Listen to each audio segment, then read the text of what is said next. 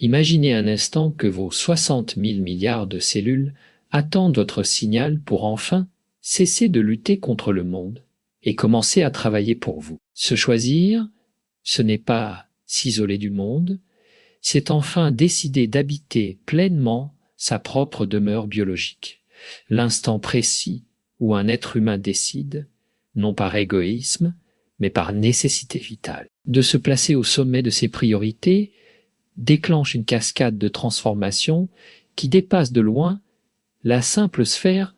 C'est une véritable révolution moléculaire qui s'amorce dans le silence des tissus. Pendant des années, peut-être des décennies, votre organisme a probablement fonctionné sous le régime de l'urgence invisible, piloté par la branche sympathique de votre système nerveux autonome. Cette branche est celle de la survie, celle du happé-combat ou de la fuite conçue par l'évolution pour nous protéger des prédateurs, mais qui, dans notre monde moderne, s'active de manière chronique face aux attentes démesurées, aux agendas surchargés et à l'oubli systématique de nos propres besoins. En vous choisissant enfin, vous coupez court à cette hyper-réactivité épuisante. Vous ordonnez, par cette simple posture intérieure, un basculement profond vers le système parasympathique, ce maître d'œuvre de la réparation, de la digestion et de la régénération cellulaire. C'est ici que la science rejoint la sagesse. La chimie de votre sang commence à se modifier en temps réel. Le cortisol, cette hormone du stress nécessaire à petite dose mais corrosive, lorsqu'elle devient le climat permanent de notre vie, commence à refluer. Imaginez cette substance comme un bruit blanc acide qui maintenait vos cellules dans un état de tension défensive, altérant votre sommeil, fragilisant votre barrière immunitaire et embrumant votre clarté mentale. Lorsque ce flot se tarit, parce que vous avez décidé de ne plus vous sacrifier sur l'autel de l'urgence, vos glandes surrénales retrouvent leur calme. Votre corps cesse enfin de percevoir votre propre existence comme une menace à gérer. Votre cœur, ce métronome sensible de votre état émotionnel, change alors de signature fréquentielle. Au lieu de battre de manière saccadée ou linéaire, en réaction constante aux pressions extérieures, il adopte une variabilité plus souple et plus harmonieuse. Cette variabilité de la fréquence cardiaque est le marqueur biologique de la liberté. Elle indique que votre système nerveux est redevenu capable de s'adapter, de respirer, de vibrer en accord avec votre essence, plutôt qu'en réponse à une contrainte. Ce n'est pas simplement une question de rythme, c'est une question de cohérence globale. Chaque battement devient une affirmation de votre présence au monde, et non plus un signal de détresse envoyé par un organisme à bout de souffle. Cette transition est le socle même de ce que nous devrions appeler la santé intégrale. Nous avons trop souvent tendance à définir la santé comme la simple absence de maladie, mais d'un point de vue biologique et réflexif. La santé est avant tout cette capacité souveraine de l'organisme à habiter son propre centre. En vous plaçant en priorité, vous offrez à votre biologie le luxe de l'homéostasie, cet équilibre dynamique où chaque cellule peut enfin accomplir sa tâche originelle. Maintenir la vie et la vitalité plutôt que de simplement retarder, c'est une réappropriation de votre territoire intérieur, un moment de grâce où vous cessez d'être un exilé dans votre propre peau pour redevenir le gardien bienveillant de votre propre demeure biologique, permettant à chaque système de fonctionner non plus dans la peur, mais dans une résonance apaisée et profonde. Si nous portons maintenant notre regard sur l'architecture même de notre pensée, nous découvrons que se choisir est loin d'être un concept abstrait ou purement psychologique. C'est un acte de restructuration synaptique. Notre cerveau est une cartographie vivante, un réseau en perpétuel remaniement, et pourtant, Pour beaucoup d'entre nous, ces territoires neuronaux sont comme colonisés par des forces étrangères. Nous passons une part immense de notre énergie cognitive à modéliser les attentes des autres, à anticiper leurs jugements et à simuler leurs réactions possibles. Ce processus, bien que nécessaire à la vie sociale, finit par créer une forme de bruit de fond permanent, une surcharge de travail pour nos circuits de l'empathie et de la vigilance sociale, ce qui épuise littéralement nos réserves de glucose cérébrale. En décidant de revenir à soi, vous opérez ce que j'aime appeler une écologie de la conscience. Vous commencez à désencombrer ces voies neuronales pour permettre au cortex préfrontal, cette partie la plus évoluée de notre cerveau, siège de notre identité et de notre capacité de discernement, de reprendre les commandes du navire. Cette reprise de pouvoir neurologique ne se fait pas dans la force, mais dans une forme de lucidité calme. Scientifiquement, cela se traduit par un renforcement des connexions entre le cortex préfrontal et l'amygdale, le centre des émotions et de la peur. Lorsque vous ne vous choisissez pas, l'amygdale est souvent en état d'alerte, craignant le rejet ou l'échec face au regard d'autrui. En revanche, le jour où vous décrétez que votre propre équilibre est la priorité, vous musclez vos capacités d'autorégulation. Vous apprenez à votre cerveau que la sécurité ne dépend plus uniquement de la validation extérieure, mais de la solidité de votre ancrage intérieur. Cette homéostasie mentale transforme votre expérience du monde.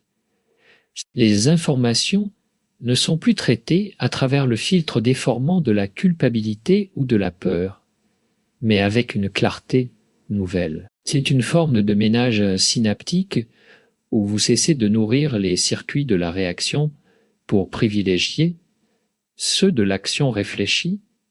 Ce processus de plasticité cérébrale est d'une beauté fascinante, car il démontre que nous ne sommes pas condamnés à être les spectateurs passifs de nos automatismes. Chaque fois que vous posez un acte de respect envers vous-même, chaque fois que vous écoutez votre propre signal interne plutôt que la rumeur du monde, vous tracez de nouveaux sentiers dans votre matière grise. Vous consolidez les voies de la résilience.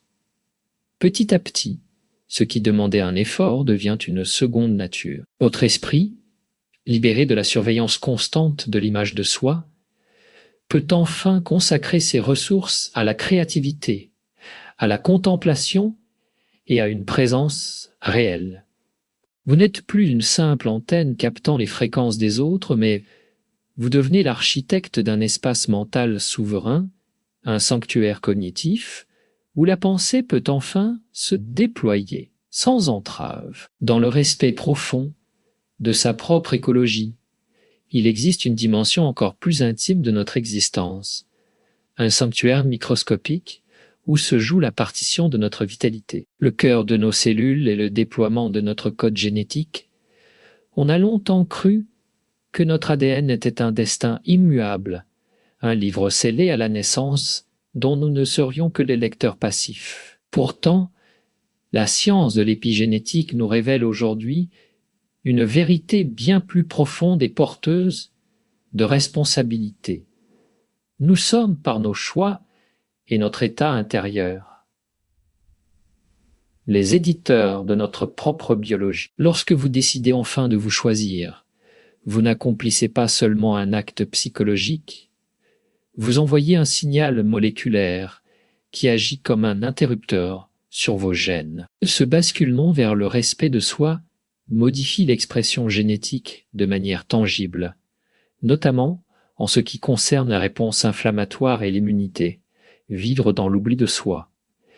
Dans un sacrifice permanent qui frise l'auto-érosion, est perçu par le corps comme une forme d'agression chronique.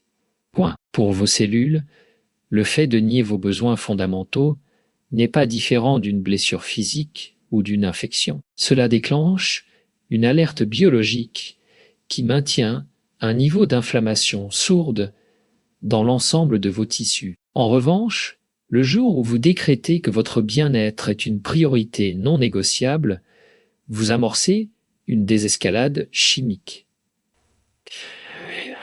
C'est une forme de médecine préventive qui ne coûte rien, mais qui exige tout. La reconnaissance de sa propre valeur.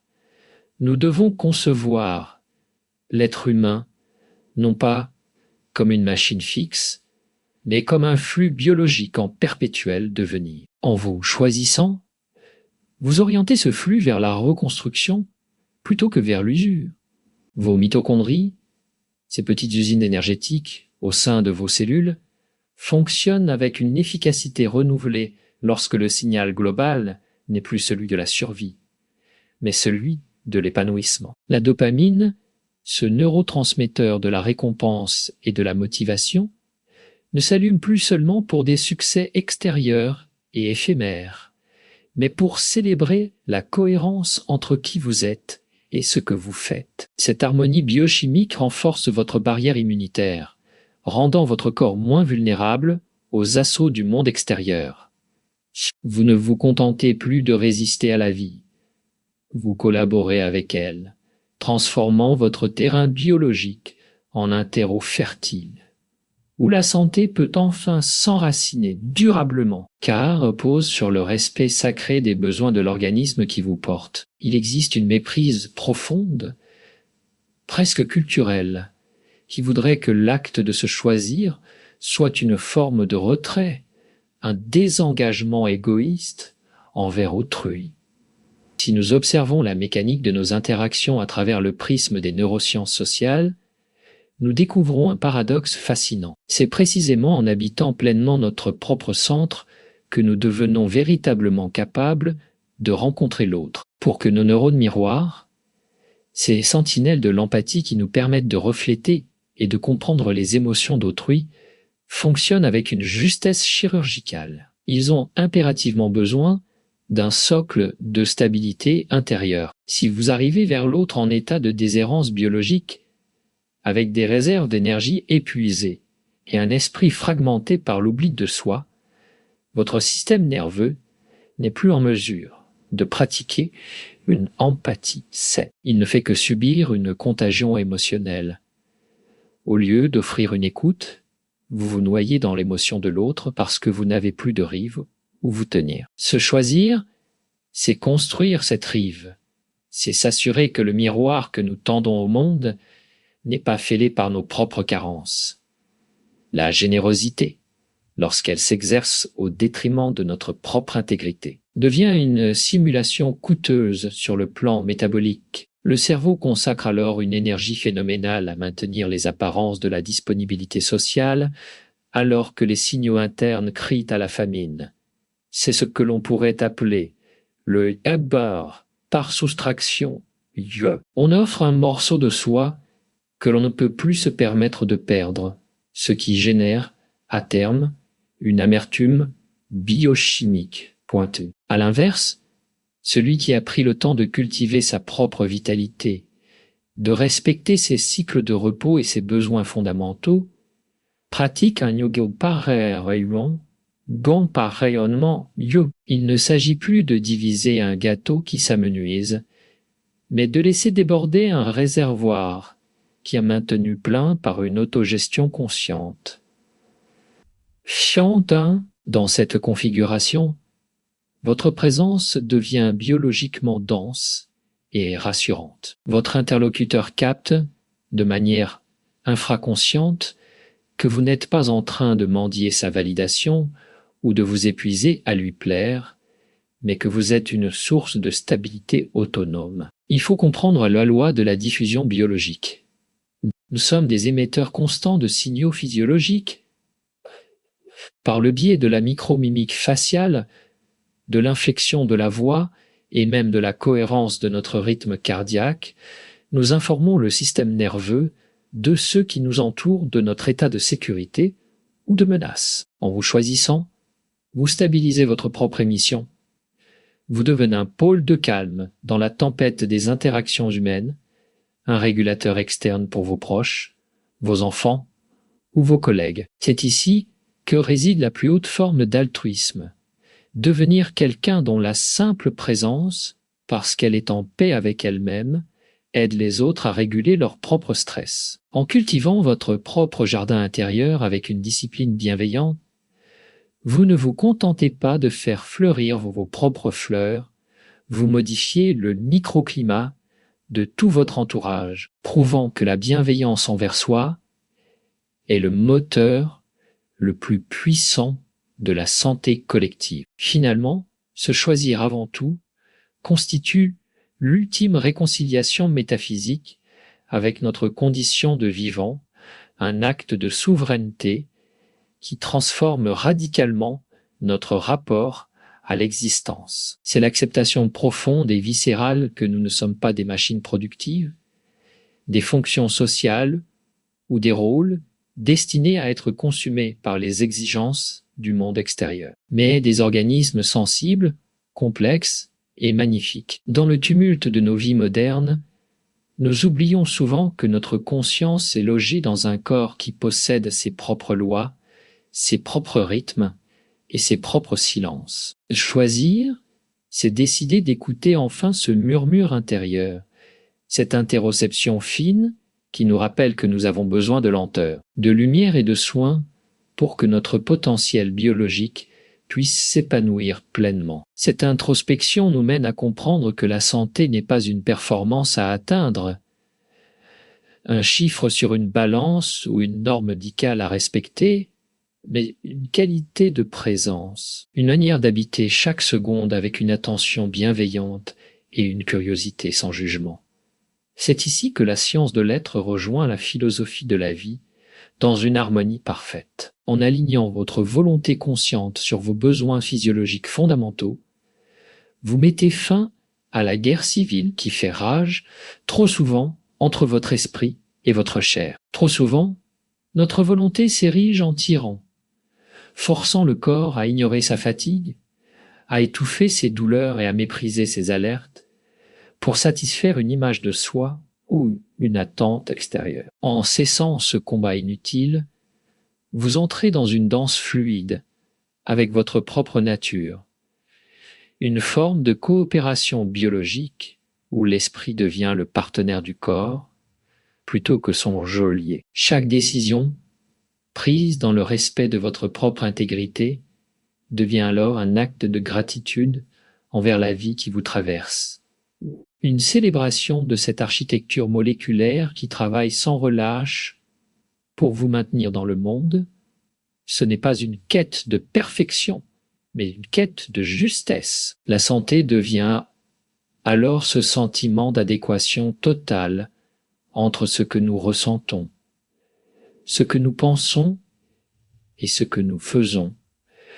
Une résonance où chaque cellule semble vibrer à la bonne fréquence. C'est un état de clarté où la conscience ne se contente plus de surveiller le corps comme un objet étranger, mais fusionne avec lui dans une unité régénératrice. En vous choisissant, vous retrouvez la place qui est la vôtre dans l'ordre du vivant. Cessant d'être un exilé cherchant la validation pour devenir un être ancré, dont la vérité intérieure est la seule boussole fiable. Cette vérité ne se trouve pas dans les discours ou les attentes d'autrui, mais dans le silence d'une respiration profonde, dans le calme d'un système nerveux apaisé et dans la force tranquille d'un cœur qui sait qu'il est enfin à sa place. C'est à partir de cet espace de souveraineté et de lumière que la vie prend tout son sens, vécue depuis le cœur vibrant de votre propre être, là où la santé n'est plus un simple concept médical, mais une expérience rayonnante, profonde et absolument inaliénable.